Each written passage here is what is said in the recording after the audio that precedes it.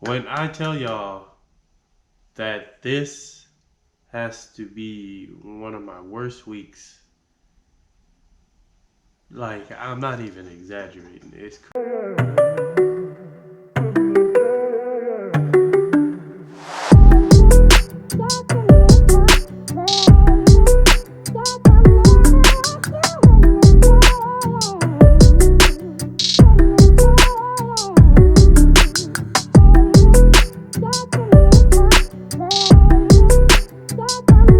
first we're gonna go ahead and get into this truck that I did. And so on this truck right here, this is one of many things that went wrong.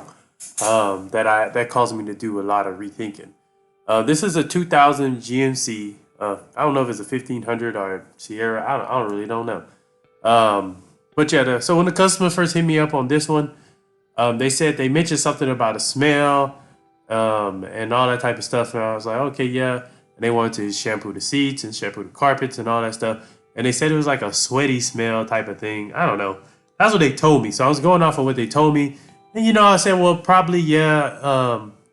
When it comes to getting smells out, you can spray stuff or whatever, but sometimes it just kind of masks it for the meantime. But told them, yeah, probably if it's like a sweaty smell, then it's probably the seats and stuff. 'Cause I think they mentioned that the air wasn't working or something. So I'm thinking, okay, yeah, that's probably what it is.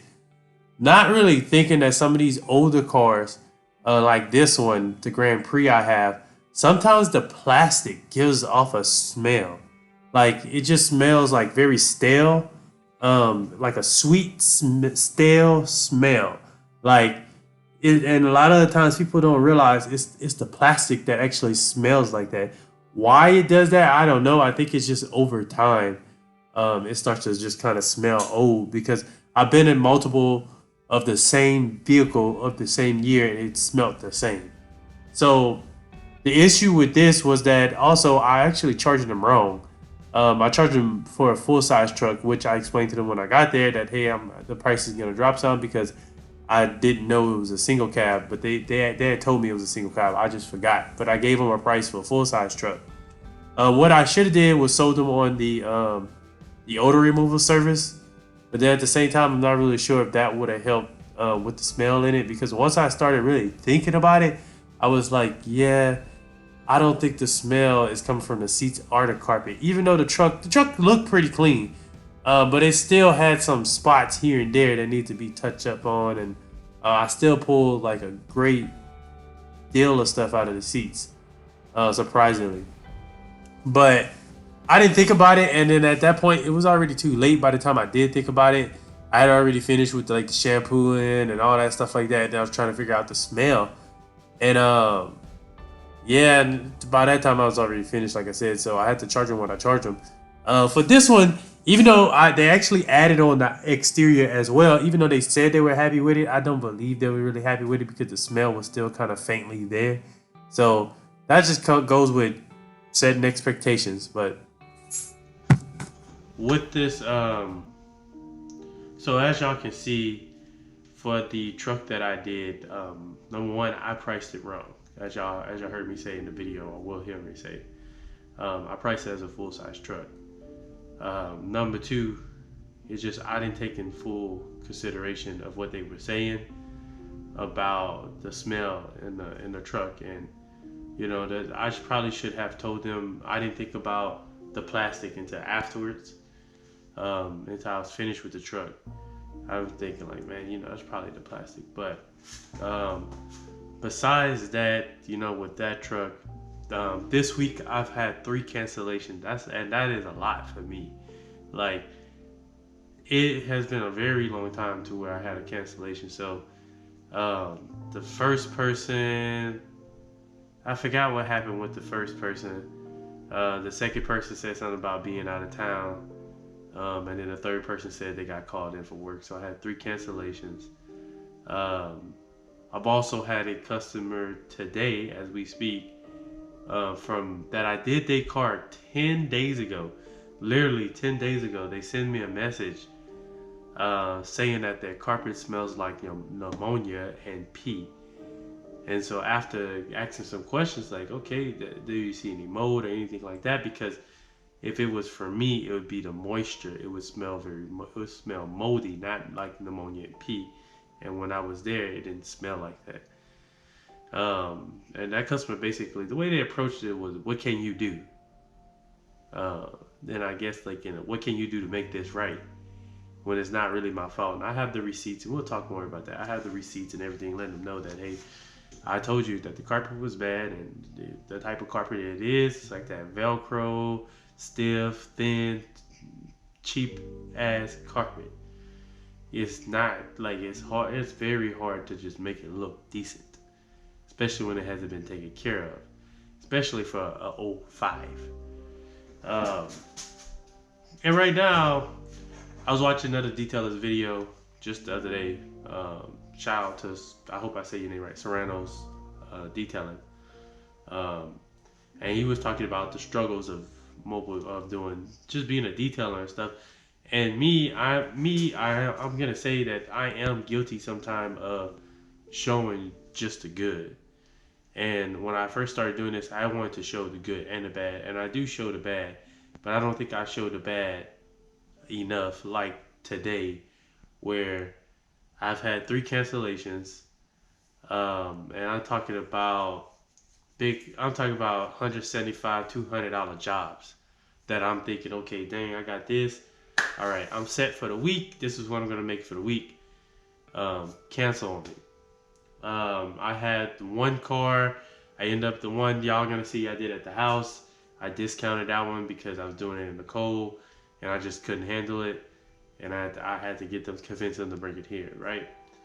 And then now I have a customer saying that the carpet smells like pneumonia and pee, and on top of that, that's not even the best of it. We're having issues with the G8. So let me show y'all that real quick. We've been having issues with the G8, like overheating. Like it's just sitting there, and it's kind of like the temperature rises and then it goes back down, and the fans kick on and all that other stuff. So as y'all can see, I have the hood up. I'm over here editing and everything. I decided to come take a look at it, and y'all can't see. Let me see if I can get you close. I don't know if y'all be able to see that, but you probably won't be able to see that. Yeah, see that orange stuff? The G8 is leaking coolant from the, I'm glad it's not from the block or anything, but it's from the radiator. Guess what? That radiator is only 6 to 7, maybe 7 months old. Probably not even 6 months old. Okay, guess what? That radiator also is aftermarket and expensive as hell. And it was a pain in the ass to install on this car. That's a cold case radiator that's leaking. So right now the G8 is our daily driver. This is what we use on a daily basis. In the condition that my car is in, it sucks to see this car in this condition with the paint all messed up, the wrap still on there.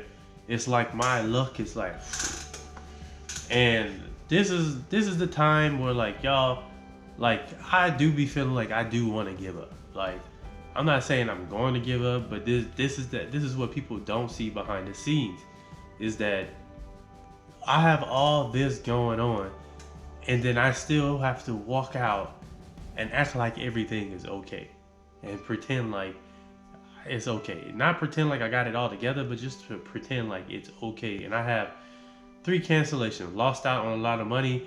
I'm not making close to what I should be making, what I want to make in that for the week.